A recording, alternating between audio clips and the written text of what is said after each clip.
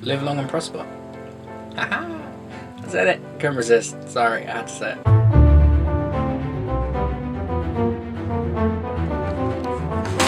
Oh!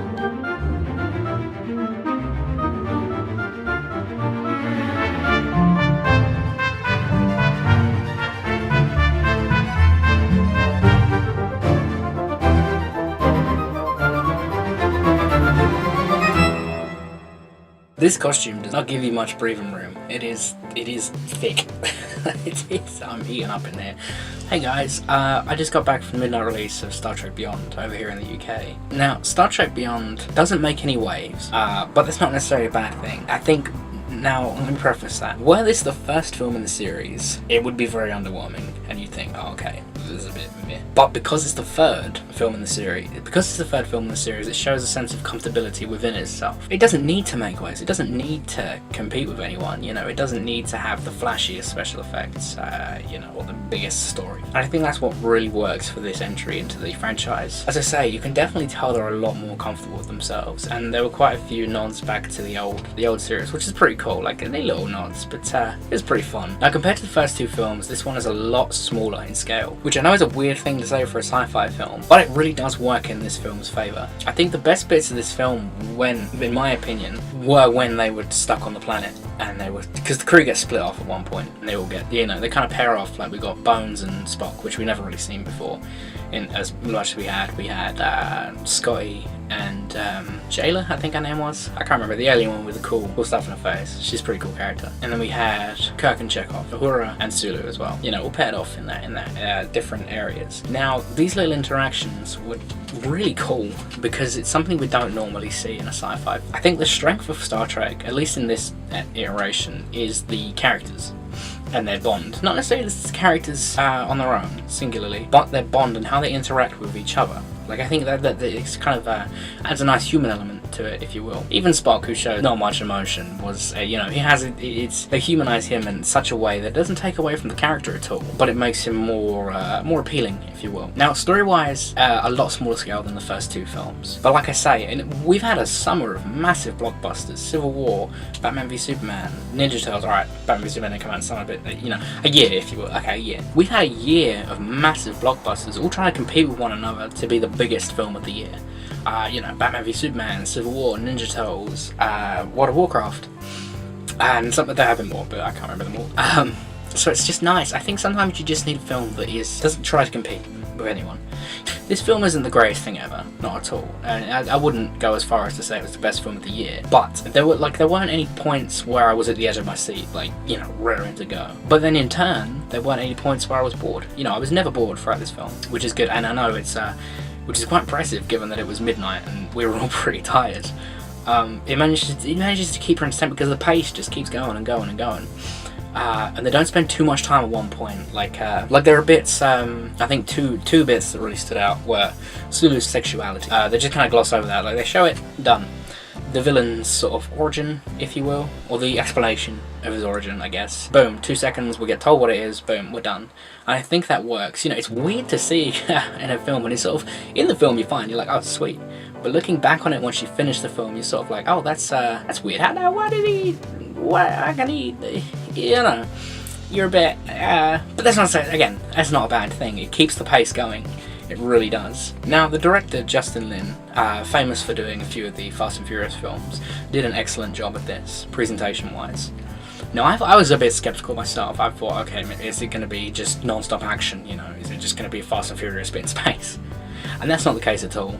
Granted, there are aspects for Fast and Furious, like, you can definitely tell. It does it in such a way that it never takes away from the story. And again, it doesn't slow down the pace or necessarily speed up the pace. And there are bits where, you know, there are bits that are tense because of the action. And I won't go into too much detail on that aspect because, again, I don't want to spoil anything for you guys. But yeah, overall the film looks lovely. And what I mean, harkening back to what I said earlier about it being smaller scale, is imagine it were a TV show, right? Hear me out. If it were a TV show, it sort of feels like an extended episode, like a 2-hour-long episode of a show. And that really works. You know, I would have been just as happy to watch a whole 2 hours of them on this planet. Because you don't really see that in Star Trek, do you? They're sort of hopping around the universe, doing this, that, and the other. So I think to have them all stranded on this planet, pairing off with each other, sort of interacting with each other, sort of having their own little adventures, if you will, because try to say this as unspoilery as I can, because they're all trying to find each other, but like Kirk and Chekhov have their own thing going on. Bones and Spock have their thing going on. Uhura and Sulu have their own thing going on. So, but at the same time, they're all trying to work toward the same goal. So it's almost like you're getting 6 different perspectives, or I suppose 3 different perspectives of the same event, like the same journey, if you will, in this little planet scene. Now, the villain, Idris Elba, he's a bit underwhelming, I have to say. So see, this film's a bit weird. Like, it rewards you for your patience, because it starts off a bit slow, and then it gradually gets better and better and better the further in you get. The same can be said about Idris Elba's, I've forgotten his name, Crawfish. I'm just gonna call him Crawfish. Idris Elba's Crawfish, because I've forgotten his name. It's some alien name. During the main film, his villain's a bit, it just seems like a generic bad guy. Like, he's shooting stuff, he hates the Federation, but you don't understand why. They don't explain why until the very end. This is where it really rewards you for your patience. If you can sit through like the underwhelming bits of the villain, once it's all explained, and the revelation of who the villain is and why he's doing what he's doing, you'll be sitting there and you see like, oh, okay, I get it, I get it now, it makes sense. But it's sort of during the film you will feel a bit underwhelmed by him. Now the final act of the film, it's not bad, not by a long shot, it's not the greatest thing ever, it's again still pretty small scale, and I think you can tell they've taken some inspiration from Guardians of the Galaxy. But then I suppose in turn Guardians of the Galaxy took inspiration from from Star Trek. Because most sci-fi films nowadays, even, you could argue even Star Wars has taken inspiration from Star Trek. It's one of the most famous, and you can tell, you look through most sci-fi films nowadays, you can see elements of Star Trek, the original Star Trek, because it made such a massive impact on pop culture. Yeah, but as I say, overall, I'd give it about a 7 out of 10. It wasn't amazing, but then it wasn't bad. It was just entertaining. And I think at times that's what you need, you just need a film that's not bad, not amazing, you just need something that you can sit down and really enjoy. Popcorn and drink, Doesn't have to make any waves, doesn't have to compete, it was just good, but it was good throughout. I think that's where this really does well, is it was consistently entertaining. Whereas some films like Civil War, for example, once the airport scene had climaxed and that was all done, the final act of the film wasn't bad, it was just sort of the pace really drops and you're like, oh okay, well, compared to the airport scene, which was all action and really gets you hyped up, and then you get the final act and stuff like, oh okay, that's, I don't know, it's a thing. I'm all hands on deck for a sequel. Absolutely, I would love a fourth one. Because as I say, you can tell the comfortability of this film.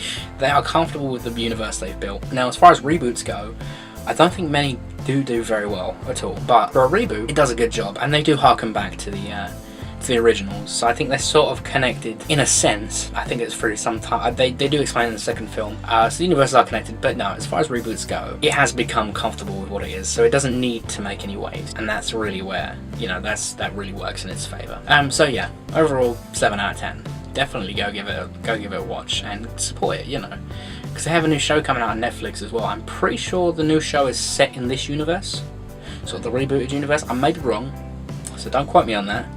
But yeah, go see the film, man. It's a good film. Go see it. Thank you all for watching. Like, comment, subscribe. Let me know what you thought of the film. No spoilers though. Don't spoil anything in the comments for other people, because that's just annoying, and I will delete your comment if you spoil anything. But do please let me know your opinion of it, because I would love to have a discussion with you guys. If you like this video, subscribe for more. I have a Patreon as well, so please check that out. Any support is greatly appreciated. And yeah, I'll catch you on the next episode. Now, I apologise in advance for what's about to happen, because I don't have any good visual effects software. So this is as good as you're going to get, but I'll catch you on the next episode.